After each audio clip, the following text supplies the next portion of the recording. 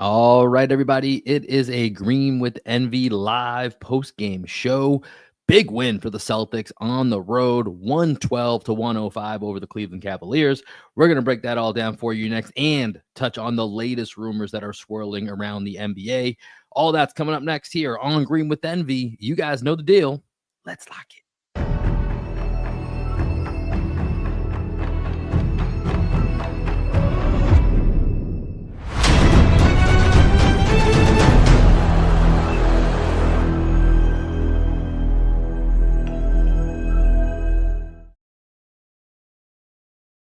What up, what up, what up? Welcome into another edition of Green with Envy. We are live immediately following the Boston Celtics road victory over the 1-seed Cleveland Cavaliers, 112 to 105. This is your boy Will Weir checking in. How you doing? How you living?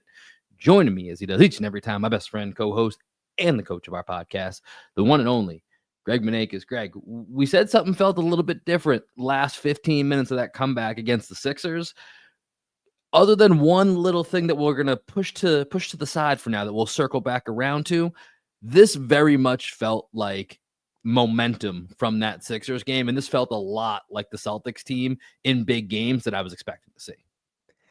Yeah, I mean, they came out from the jump, although the offense didn't get humming until halfway through the first quarter. The defense was locked in the entire night. Other than Garland and Mitchell, who are both, really great players, nobody really had it going for the Cavs on offense. Jared Allen did, he had great numbers, 18 rebounds, 17 points, but it's all kind of garbage stuff off of Donovan Mitchell and Darius Garland, right? Off of alley-oops, off of rebounds. It's not like he's generating it himself. For him. Right. So we were talking about how the Cavs probably need to make a move going into the trade deadline because the team that they put out there tonight, that's a team I'm not scared of in a 7-game series. They just don't have enough firepower. Mobley needs to be able to do more than he did tonight. We took him out of the game completely. I thought putting Porzingis on Mobley for a majority of the game really bothered him with Porzingis' length. I thought that was a smart move. They had Jason Tatum on Jared Allen to start the game. And then we did a lot of double big. There was a lot of Luke Cornett and Al Horford out there together. And I think the Celtics, when they size up like this is one of the things I've been clamoring for, is the Celtics to size up more. They're really tough to beat. I think we won the battle of the boards tonight, 64 to 56 overall. So 64 beat them +8 on the boards. I thought that was huge tonight. Yeah, a lot of double big. Hey, Al Horford siding, man. We talked last game. Al was kind of benched in the second half against the Sixers, was coming off of whatever that weird injury, bit from last week was. But it was really nice to see some quality Al Horford minutes. And, he missed his first 3 shots. And in my head, I'm like, man, this just might be the demise here of Al Horford. Gets a couple to go. Tatum at the end of the first quarter hit him with an absolute dime across the court for a corner 3.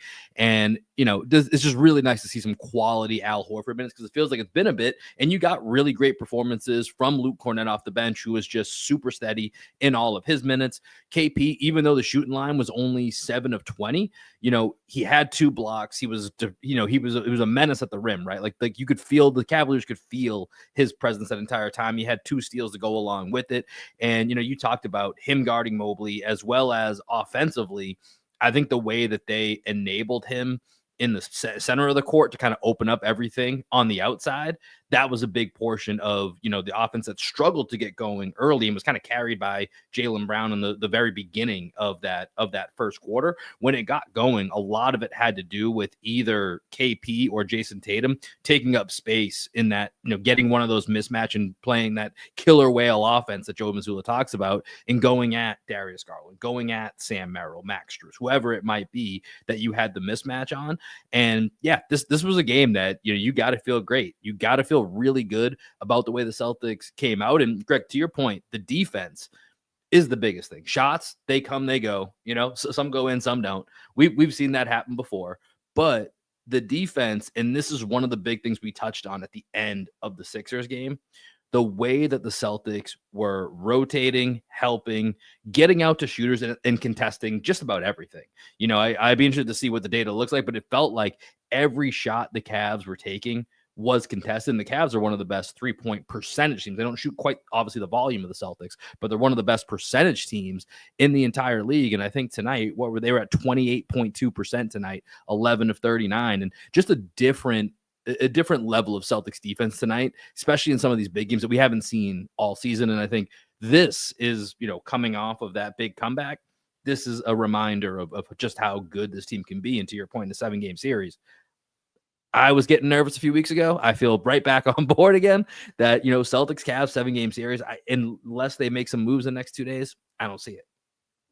Yeah, and the Cavs, so for the season, they shoot 41 threes per game. They average 16.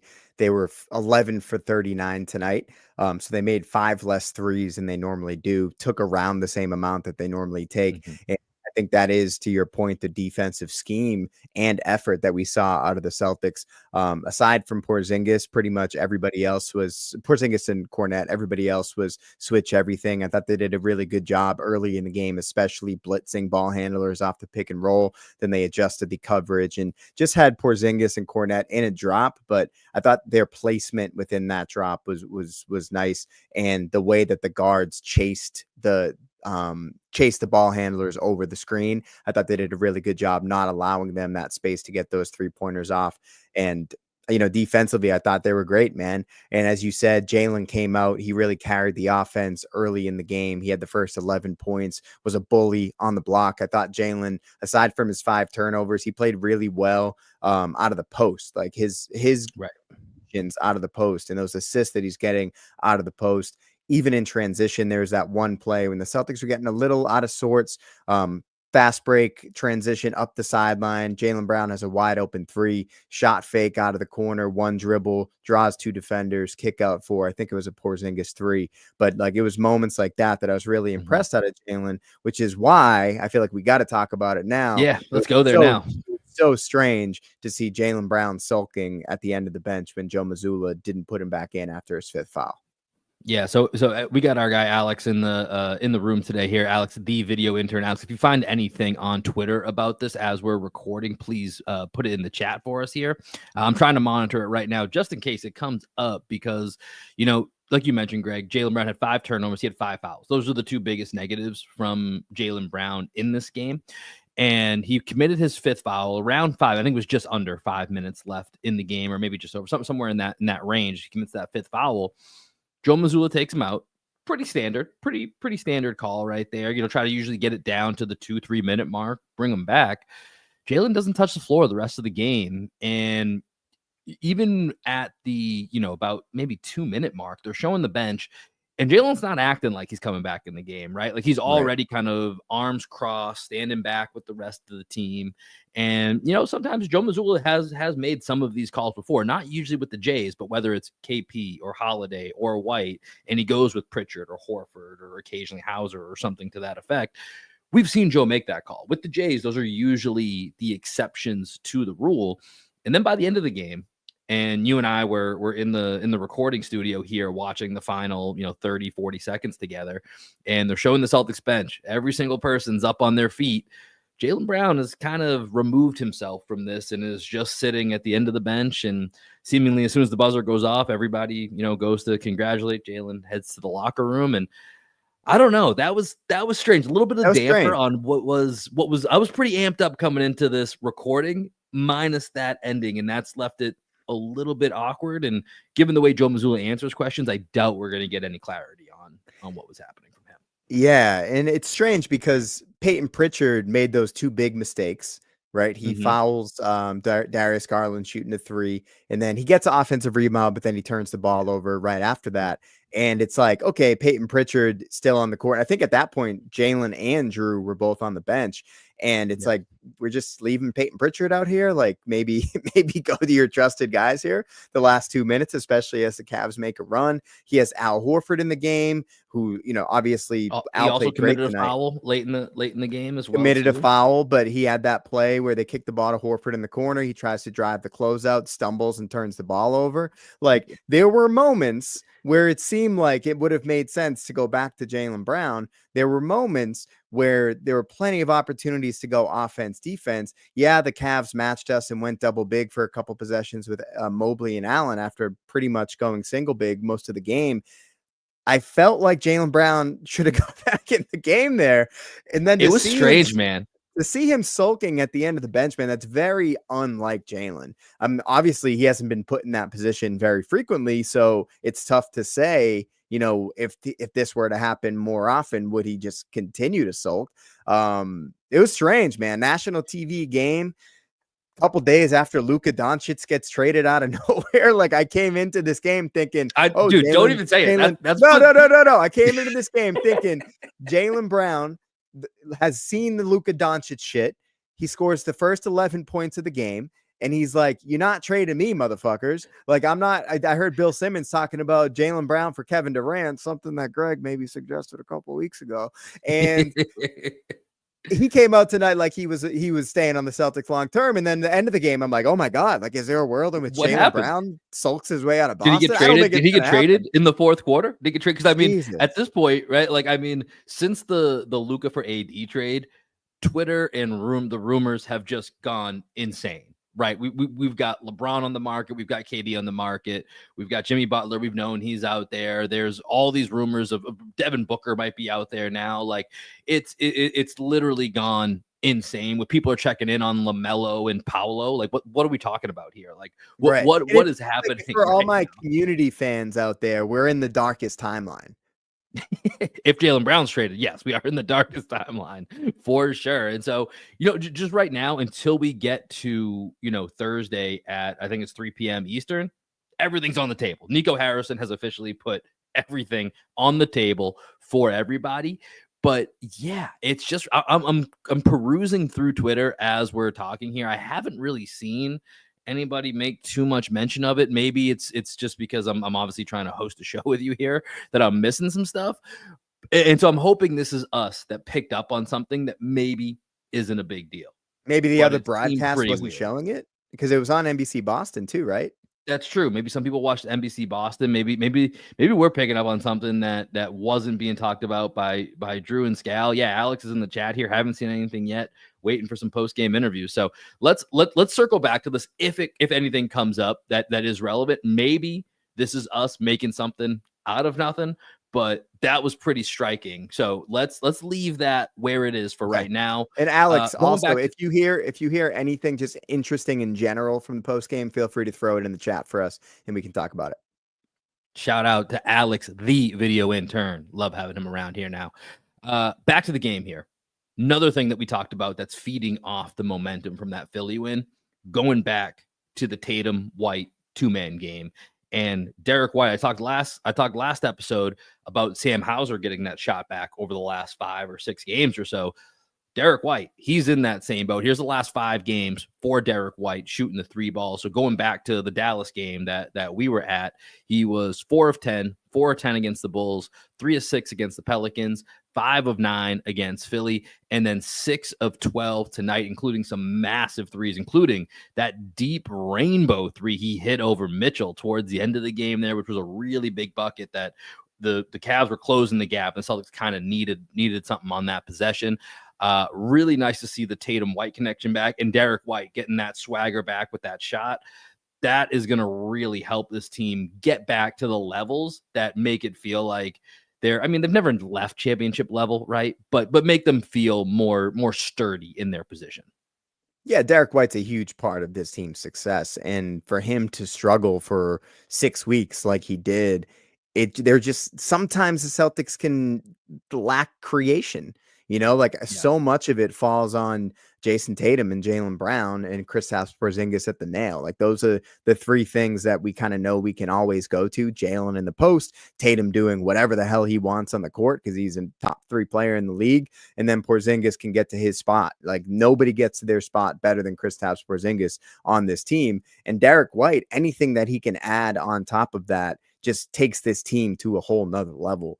And to have him back to that tonight, especially when Derek was almost the reason that he let the Cavs back in the game, missing those 2 free throws when the Celtics were up 13, could have went up by 15. Cavs go on, I think, like an 11-0 run right after those 2 missed free throws. Derek White actually stops that run with that little mid-range jumper off of the 2-man action with Tatum, and then he gets to cooking down the stretch. So it was great to see out of Derek White. Very uncharacteristic 2 missed free throws, but the rest of the game was, that's why we were saying Derek White deserved to be an all-star early in the season, because of moments like that. Right. Tonight was the Derek. I was thinking that as well. Watching him, I was like, if he had a few more of these in between, the first month of the season and now, this is the Derek White, all-star effect that you're getting. One thing of note I did want to ask you about was when the Cavs cut it to 99-95, which is really kind of like when they really, as close as they got in this game. Part of it was they went to the zone defense for about 4 to 5 possessions. And I don't think the Celtics got bad looks, but they just rushed a bunch of shots really quickly in that sequence. And that's what kind of led to the Cavs going on a very quick run to get it from, I believe it was 12-point game down to 4 with like an 8-0 run in like a minute 5 or so, like a minute 20. And so, they went away from it. I thought that was a little bit of an interesting, I understand that eventually the Celtics were going to crack that zone defense. And they did so in the first half as well. So they played a little bit of it. The Celtics got some really good looks out of it. Celtics shot quality all night was pretty good in general. But I was a little surprised the Cavs went away from it so quickly, seeming as like that's how they made that quick run and kind of wait for the Celtics to get out of it. But once they went back to man, Celtics went back to everything we've been talking about here, spamming the middle of the court with KP and Tatum, and then, just the Tatum White 2-man game. Were you a little surprised that they made that run play in zone and then got out of it maybe a little quicker than they needed to? Not really. Celtics were getting wide open shots. We had Kristaps Porzingis 2 like 8-footers that he back rimmed. Like, you can't rely on Kristaps missing those shots for much longer. We were getting wide open shots. Like, you could argue that they were rushed, but they were wide open, like pet shots for our best players. Sure. So I think that, zones are always something you can, play roulette and bet on black as many times as you want in a row, but eventually, the odds are going to even out. And I think, Kenny Atkinson's not going to play his luck too long there at the table. So I thought that was the right move by the Cavs, trying to go to something a little bit more traditional. They got back in the game, but that's not their base defense. I think the more you sit in a defense that's not what you normally play, the more opportunity there is for miscommunication amongst your players. It's not like they were playing lockdown D. We were just missing shots. So I thought that was a fine adjustment by Atkinson going back to man there.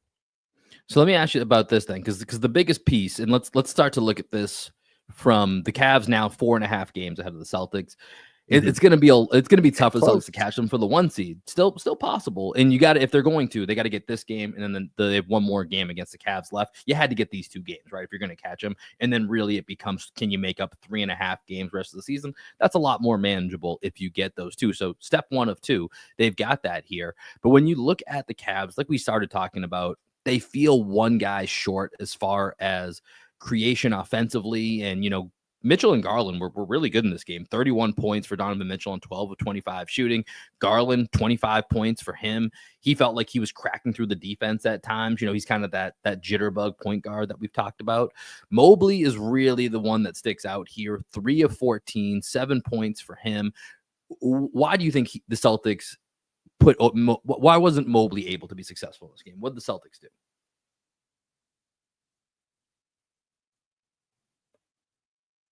All right. Well, I think Greg is frozen right now. Let's see if he comes back. Alex, if you don't mind, shoot Greg a quick text and just see or let him know that he is frozen. But looking through the box score here, I'm going to freestyle here for just a moment while we get Greg's technical difficulties set up again. But, looking at the Cavaliers right now and what they did offensively tonight, as I mentioned, Donovan Mitchell, Darius Garland, they were the ones that really carried the workload here. And, outside of that, Evan Mobley was 3 of 14. We mentioned Jared Allen had the numbers, but, all of those are going to be not necessarily creating his own shot. And then nothing from Karis LeVert. 1 of 3 from George Niang. Sam Merrill, you do got to look out for him because he is a guy that can get hot. Greg, do we have you back signaling 1, 2? Can you hear me? 1-2. We got you. He's back, baby. He's back. Okay, you guys don't need me to just read the box score anymore, as I have been doing now for the past minute and a half. And I think Greg just froze again. So Greg is clearly having some technical difficulties here. So we will work on getting that sorted for you. But looking here once again, when we think about long term, I think the guy for the Cavaliers that if you're a Celtics fan and you are thinking about, what is a guy that could make a difference in this game? Number one name has to be Cam Johnson. And, rumors are flying everywhere. We've seen, just even as this game's going on right now, and I don't think Kevin Durant's an option for the Cavaliers. That would be a lot of cap shenanigans to try to make that work. But, you see names flying around. Cam Johnson's name been consistently out there. He really fits. He has a contract that is doable to make work. And so if the Cavs are looking to take that next step, Cam Johnson certainly feels like that guy. Take 2, maybe 3. Greg, how we doing? Bro, this is why we have an intern. When the internet goes down, you call Alex in, you bring him in from the bullpen, and you just let it ride, baby. I don't know what we were talking about. I wasn't frozen on my end, so I was talking for a while and I was going, Will, I'm here, but I guess I was frozen for everybody else. So what are we talking about? Fill me in. Yeah, so last thing that I left you with is what did the Celtics do to make Evan Mobley so ineffective in this game? And then I read the box score for a couple minutes and mused more. You're great at reading box scores, man. You're really good at Cam Johnson to the Cavs. I mean, they put size on him, Will. That I've said that pretty much all season. The Celtics need to play with more size. The reason why Evan Mobley played well against the Celtics in the playoffs is because we were covering him with Jason Tatum and we were kind of letting him roll into space and switch everything. And tonight we just had a little bit more size around the rim. And I think Evan Mobley is so limited as an offensive creator still at this point. He's not going to be able to do much against the Celtic size. And Kristaps Porzingis is an elite rim protector. I thought he was bothered by Porzingis. He was bothered by Cornette. Cornette did a really good job anytime he was on there, just being physical with him, not letting Mobley kind of have that Giannis runway. I think that's one thing that Mobley can be really effective with, is just when he has space off of the pick and roll, just hitting that little Euro. You saw him do that little extended pickup that he tried to do against Cornette when he missed the little runner. Those are the types of shots that he likes to get. And they run that little 21 action that I put in our basketball group chat, right? Where they get Coach is back, baby. Men's league starts next week. Back. The coach is putting clips in the group chat. You know the season's near. So they run that little 21 keep action, right? So they'll do a little pistol action on the side with Garland and Allen, and then they'll set a little down screen for Mobley to come off like a little curl in the paint. And the Celtics took that away early in the game. The Cavs were unable to get that going. So I thought the Celtics did a good job just being prepared for some of the pet actions, and Mobley showed that he's still not that guy quite yet, as great as he is defensively. Jared Allen was by far the best big for them on the court tonight. Yep. I think that's a problem for them. That is a problem. And then that's how you end up with Sam Merrill and George Niang out there as part of God, I hate both of those guys. I hate Sam Merrill. I hate Sam Max Merrill Strus. Can shoot that thing. I really can't stand George Niang. George Niang stinks. He has the definition of a punchable face, right? Like I know he's a Massachusetts guy, but yeah, just to get a free swing at him would feel pretty good.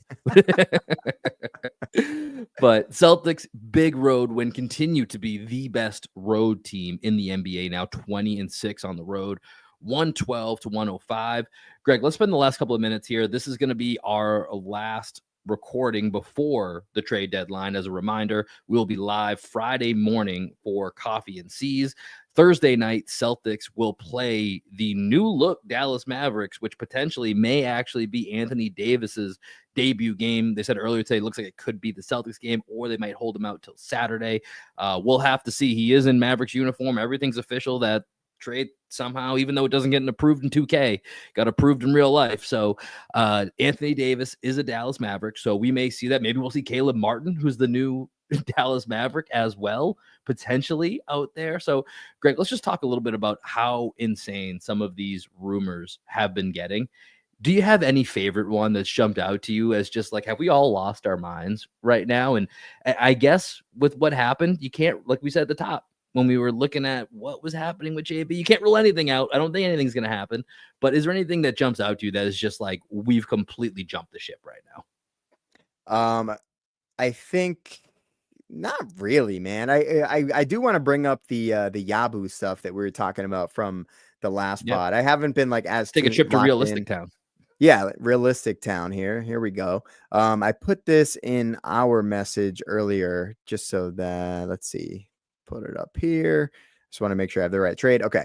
So we were talking about what the Celtics can actually do for Yabu. And on a couple pods ago, we theorized that maybe we could trade Jordan Walsh for him. The numbers don't actually work out. Yabu makes a little bit more than Jordan Walsh. There's like a $200,000 difference. The Celtics cannot do a trade involving Jordan Walsh and Yabu.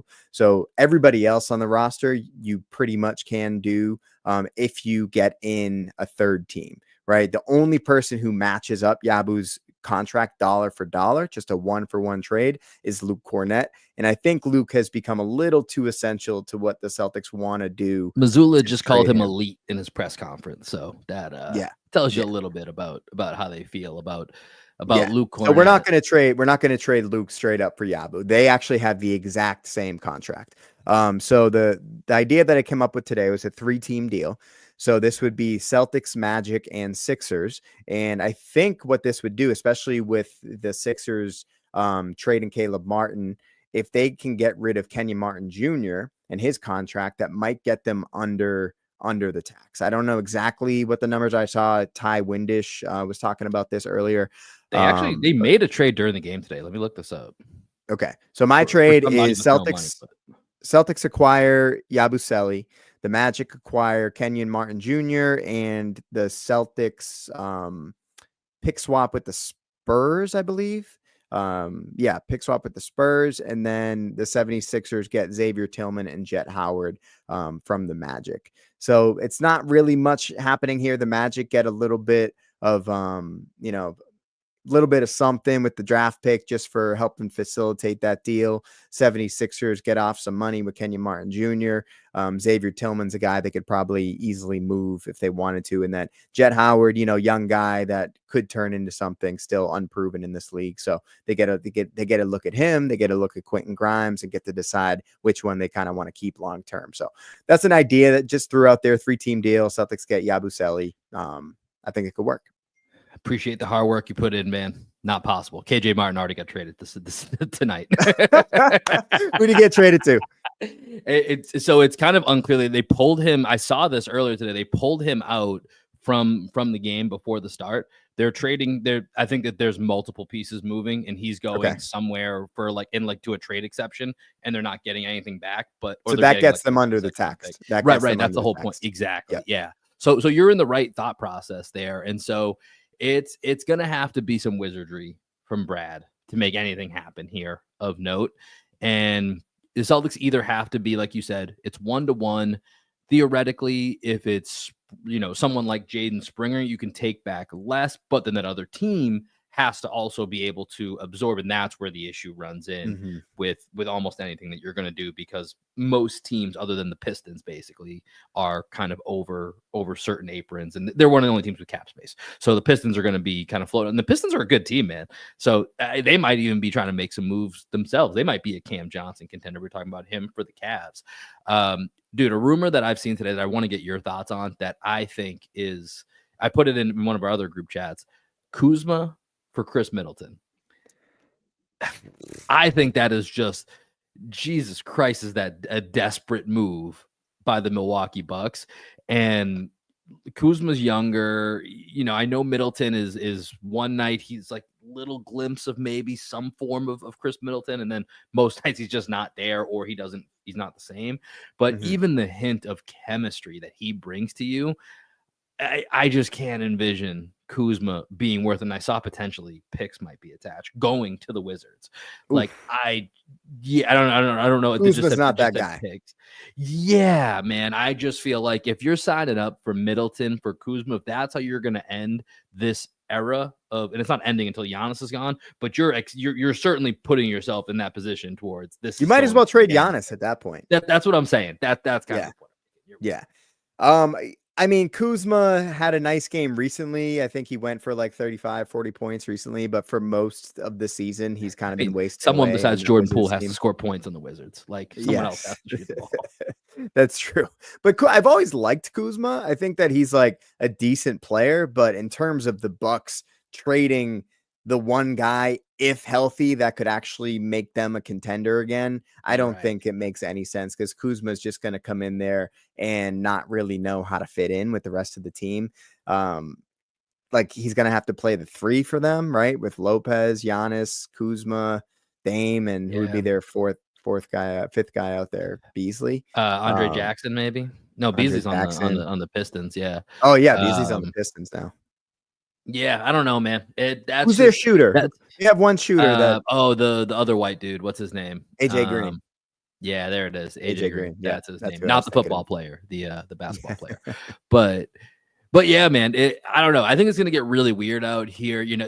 So crazy. The Warriors just calling about every single star that exists and then probably not doing anything. If you're following anyone that's covering the Warriors, they are so sick of all the fake rumors about who they are in on and who they're out on and just not doing anything. Supposedly, Draymond's on the table as well. Another name, like we said, who knows what's going anywhere. The interesting part is you do see Kevin Durant's name popping around quite a bit tonight from different guys that you would think would not just be kind of throwing that out there. Zach Let's Lowe, I just think talk Steve about it, Will. Kerr Would you had it. trade Jaylen Brown for Kevin Durant? I would not. I would not do it unless for some reason, which apparently to Alex's point here, I've been scrolling Twitter. I can't find a damn thing about anybody saying anything about what we did. So maybe forget about that 5-minute segment that we did on something being weird at the end of that game. I haven't seen anything come through on that. And so, yeah, no, I mean, listen, we didn't do it when Kevin Durant was 2 years younger. We're Yeah, not no, I going to do it wouldn't when do he's that. 2 years older. Well, Right. this is kind of goes into the whole Nico Harrison not understanding what it is to be a sports fan. Like, remember we were talking with Liptak and like all of our friends who weren't Celtics fans about would we trade Jaylen Brown for Kevin Durant? And I was like, I don't want to win like that. I want to win with Jaylen Brown and Jason Tatum. I want them to bring us a title.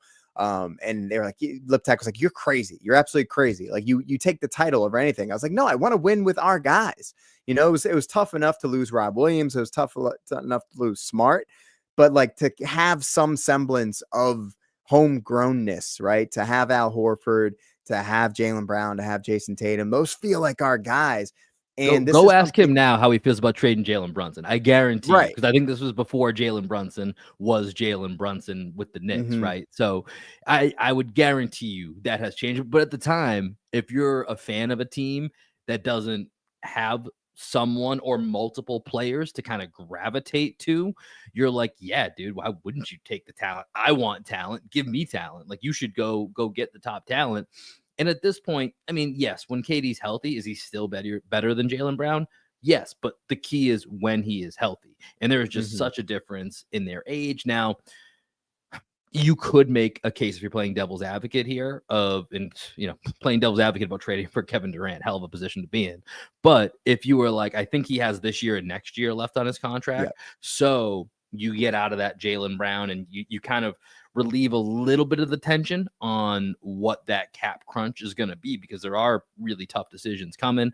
And for the most part, unless there's crazy offers available, the three guys you're likely not touching are Derek White, Jaylen Brown, and Jason Tatum, unless something crazy comes along and you're going to try to make it all work around those three is what I would presume.